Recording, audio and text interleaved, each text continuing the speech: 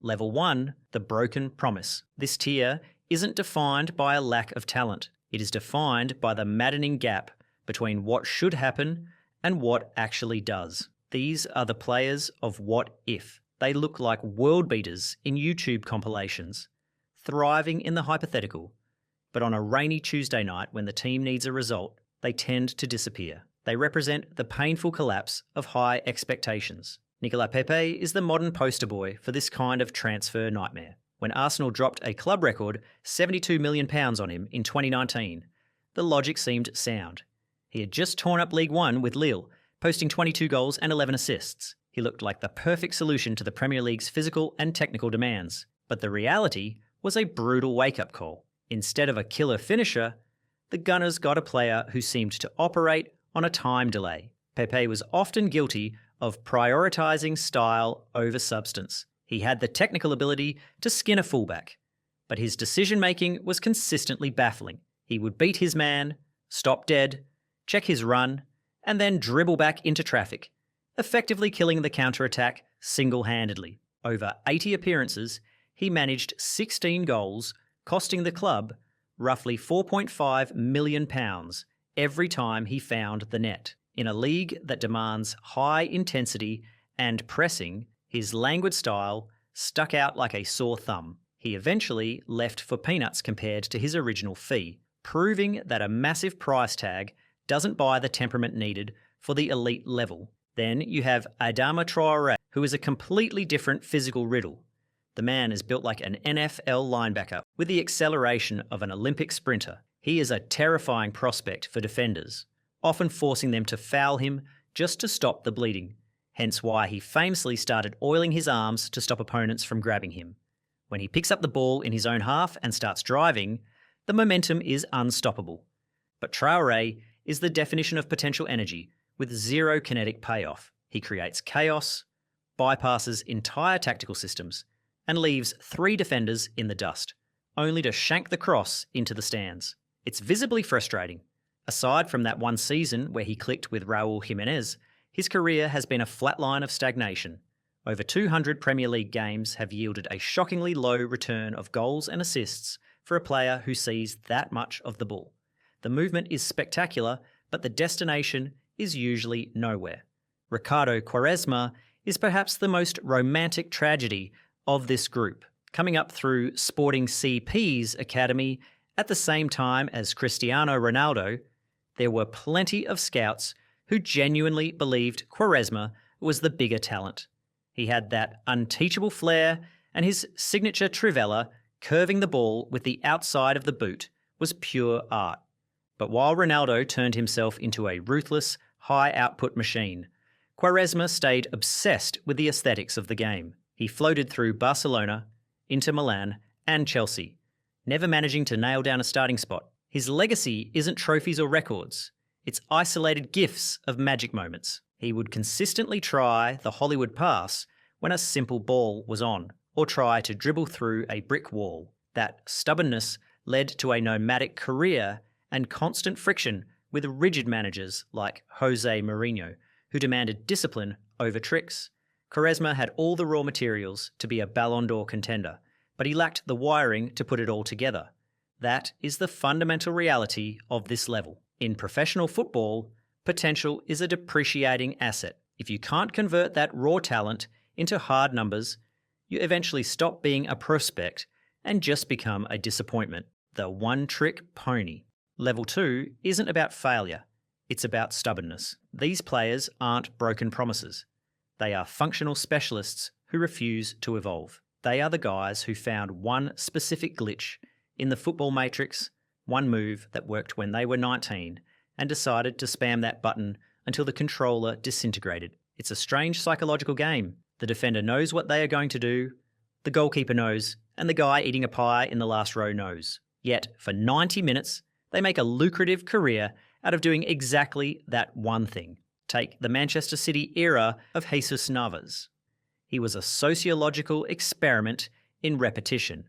Navas was a throwback to a prehistoric era when wingers were seemingly allergic to the penalty box. He played the game almost exclusively in a narrow 2-metre strip of grass on the extreme right flank, hugging the touchline like it was a security blanket. His entire game plan was binary. Run fast in a straight line, then smash a low, driven cross into the mixer. He never cut inside. He never made a back post run. In over 120 Premier League appearances for a team that scored goals for fun, Navas found the net just 4 times. That is a statistical anomaly, so wild it almost feels deliberate. But scoring wasn't the point. He was there to stretch the pitch until it snapped. He was a volume merchant, the logic being that if you drill 15 crosses a game towards Sergio Aguero, eventually the laws of probability will give you an assist. It was monotonous and predictable, but it won a title. If Navas was the refusal to shoot, Andros Townsend was the refusal to pass. Townsend is the patron saint of the highlight reel paradox. If an alien landed on Earth and only had access to Andros Townsend's YouTube compilations, they would assume he was the greatest player to ever touch a ball. The volley against Manchester City at the Etihad, pure violence. The rocket against United, world class. His trick was the inverse of Navas. Receive on the right, chop onto the left, and unleash a haymaker from 30 yards. That was the entire strategy. The issue, of course, is the hit rate. For every Puskas Award contender that tears the net off, there are 45 shots that endanger satellites and spectators in the nosebleed seats. Townsend built a decade-long career on the threat of the spectacular. Defenders had to close him down because they knew he had a rocket launcher in his boot, which theoretically opened space for others. But as a consistent offensive weapon, he was a lottery ticket. You bought him hoping for the jackpot, but most Saturdays you just lost your stake. Then you have the archetype of the pace merchant, best personified by Aaron Lennon in his Tottenham prime. In the mid-2000s, Lennon was essentially a cheat code with the shooting settings turned off. He was 5'5" and couldn't win a header against a traffic cone, but he possessed the knock and run. It was playground football applied to the elite level. He would simply poke the ball 10 yards past a fullback and bet his house that he could get there first. For a few years, this simple mechanic was devastating. He gave Patrice Evra nightmares just by existing. He broke defensive lines purely with anxiety. But the tragedy of the one-trick speedster is that biology is undefeated. Unlike a technical player who can move into midfield as they age, a speed merchant without speed is just a car without an engine. As soon as Lennon lost that top 5% of electric pace, the trick vanished and there was no B game to fall back on. That is the ceiling of level 2. These are respectable pros, but they are prisoners of their own limitations. They survive by doing one thing at an elite level, but they never truly transcend because they never learned to do anything else. The flickering light.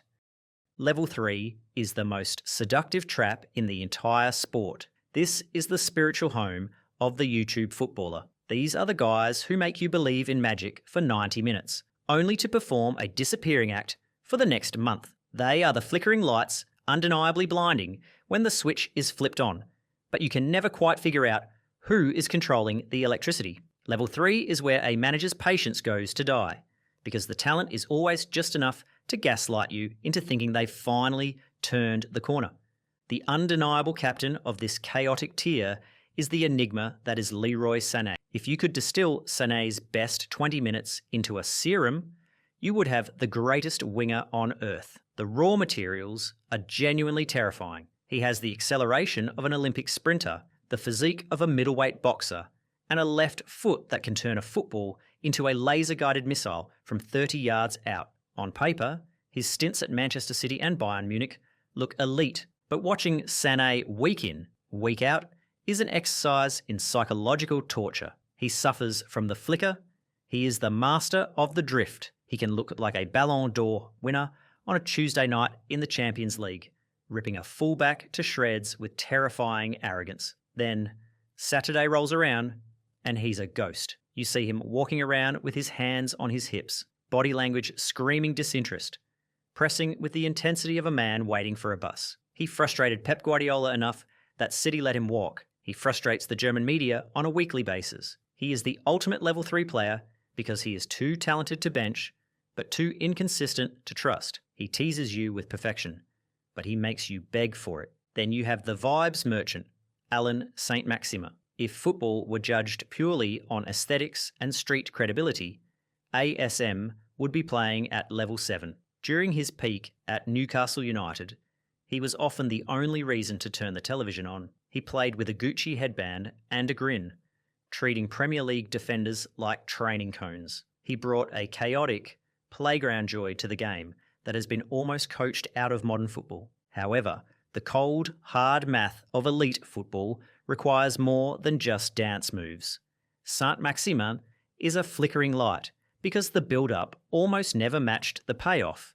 In over a century of Premier League appearances, he managed just 12 goals. That is a damning return for a forward. He would do the impossible part, skipping past 3 challenges, carrying the ball 40 yards upfield, and then the bulb would blow. A scuffed shot, a pass 2 seconds too late, a blind alley. He was a player who could single-handedly lift a stadium of 50,000 people off their feet, but he couldn't consistently lift the team up the table. He is the player you buy to sell shirts, not necessarily to win trophies. Finally, we have the baffling case of Jadon Sancho. A few years ago, Sancho wasn't a flickering light, he was a supernova. At Borussia Dortmund, he was putting up numbers that were frankly obscene for a teenager: 50 goals and 64 assists in 4 seasons.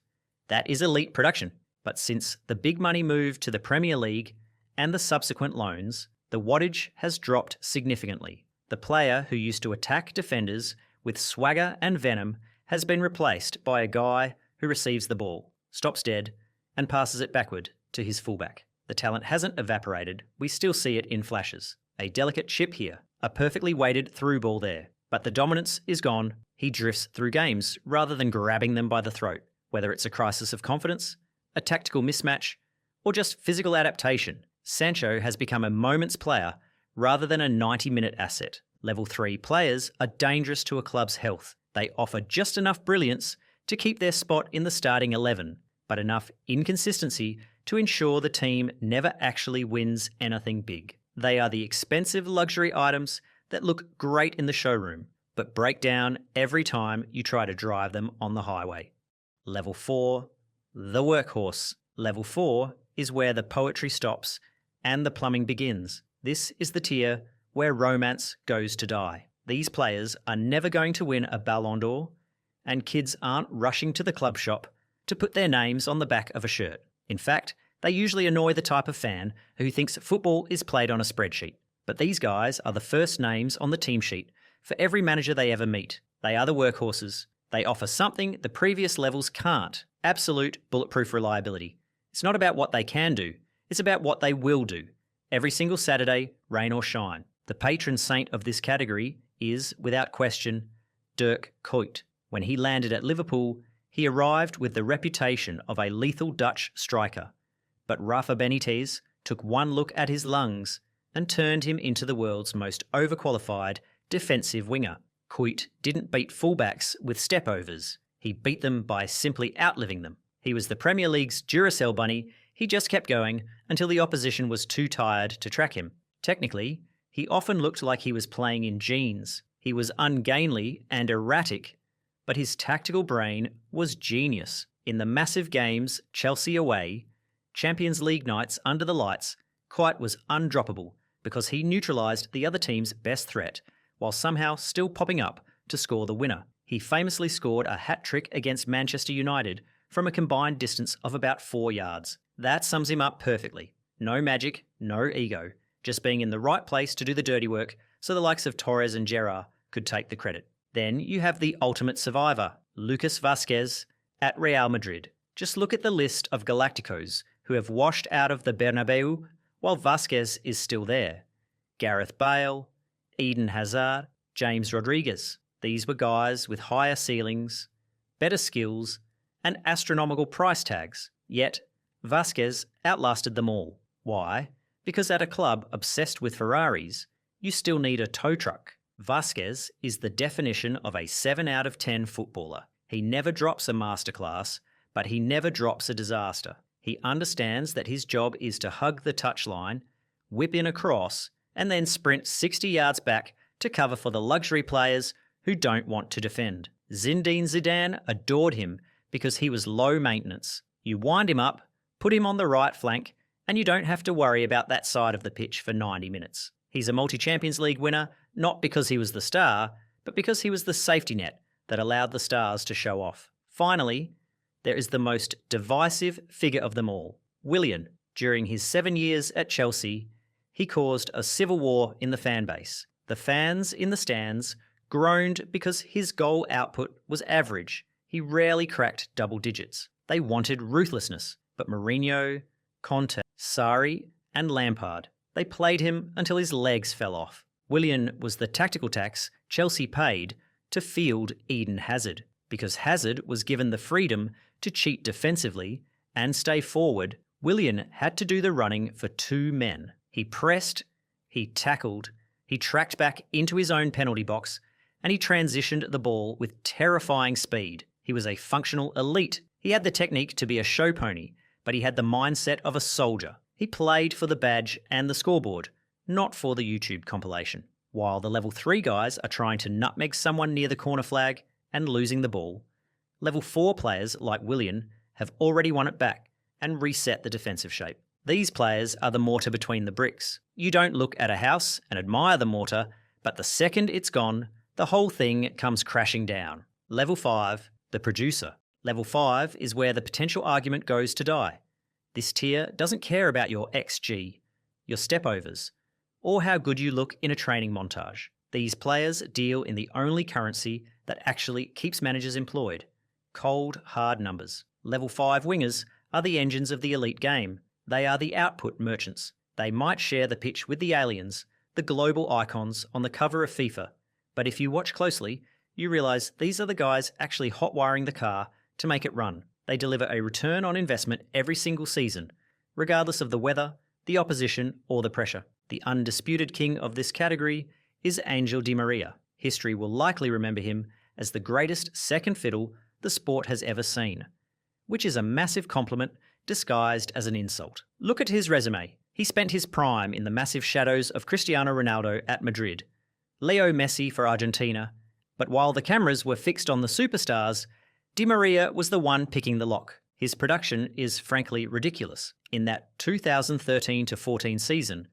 Ancelotti reinvented him as a shuttling midfielder, and he responded with 17 assists and a man-of-the-match performance in the Champions League final to secure La Decima. He didn't just play in finals, he owned them. He scored in the Copa America final, the Finalissima, and the World Cup final. He understood that his job wasn't to be the king, but to be the kingmaker. His left foot was the supply line that turned great teams into dynasties. He is level 5 because he made the impossible look like a routine Tuesday shift for 15 years. If Di Maria is the artist of production, Sadio Mane was the engine of destruction. During Liverpool's heavy metal era under Jurgen Klopp, Mohamed Salah got the golden boots and the magazine covers, but Mane was the heartbeat of the system. He offered a terrifying blend of elite output and defensive violence. Between 2017 and 2022, Mane was a walking guarantee of 20 goals a season, and crucially, almost none of them were penalties. But stats lie, because they don't capture the fear he instilled. His production came from his refusal to stop running. He was the trigger for the press, the outlet for the counter, and the finisher in the box. In 2018-19, he shared the Golden Boot with 22 goals, proving he didn't need the team built around him to succeed. He didn't have the luxury of floating around waiting for service. He hunted the ball down. He proves that a level 5 winger dictates the intensity of the entire match, not just the final third. Then you have the Scarface of Munich, Franck Ribéry. For over a decade, Ribéry wasn't just a winger, he was a Bavarian institution. Alongside Arjen Robben, he formed Robbery, which is arguably the most devastating wing partnership of the 21st century. In that 2012-13 treble-winning season, Ribéry was simply unplayable. He racked up 34 goal contributions in 43 games. He finished third in the Ballon d'Or, and to this day, many argue he was robbed of the top spot. Ribéry's game was built on ruthless directness. He didn't do tricks for the gallery, he beat his man to kill the opposition. Over 12 seasons, he registered 124 goals and 182 assists. That's over 300 goal contributions. That isn't a purple patch or a good spell. That is a career of sustained excellence. He didn't just participate in Bayern's dominance, he engineered it. These are the players you miss the most when they're gone. They are the safety nets that allow clubs to chase titles. They might not always win the big individual awards, but they are usually the reason their teammates do. The match winner. Level 5 is about reliability, level 6 is about transcendence. These are the players who don't wait for the system to work. They are the system. When the tactics have gone in the bin, when the opponent has parked a double-decker bus, and when the manager is sweating through his suit on the touchline, these are the guys you look for. You give them the ball, get out of the way, and pray. They don't just contribute to wins, they manufacture them out of thin air. They force the opposition to rip up their entire game plan just to survive the 90 minutes. If we were judging this purely on the joy of football, Eden Hazard would be sitting comfortably in level 7. The man possessed the close control of a street footballer playing in a packed stadium, but his career trajectory places him firmly at the summit of level 6. Between 2012 and 2019 at Chelsea, he was arguably the most unplayable force in the Premier League.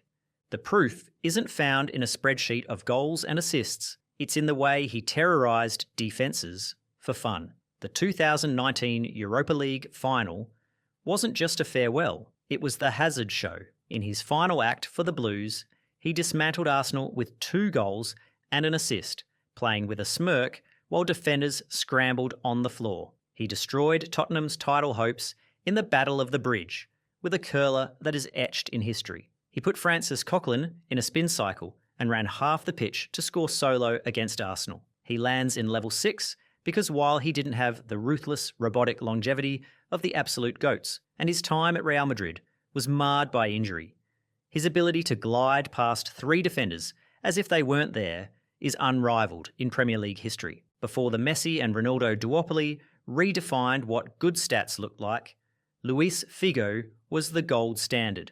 He was a Galactico who actually justified the price tag. Whether he was wearing the colours of Barcelona or Real Madrid, Figo was the ultimate lockpicker. He didn't rely on blistering pace like Bale or circus tricks like Neymar. He relied on pure, suffocating dominance. He won the Ballon d'Or in 2000, not because he was a goal machine, but because he controlled the flow of entire championships from the wing. He dictated play like a central midfielder, beating his man from a standing start and delivering crosses onto a sixpence. He racked up 106 assists in La Liga alone, but more than the stats, it was the mentality. He carried the weight of the most toxic transfer in history returning to the Camp Nou, to a chorus of hatred and a pig's head thrown onto the pitch, and he still delivered. That is the definition of a match winner, performing when the whole world wants you to fail. Finally, we have the magician. For a brief, burning window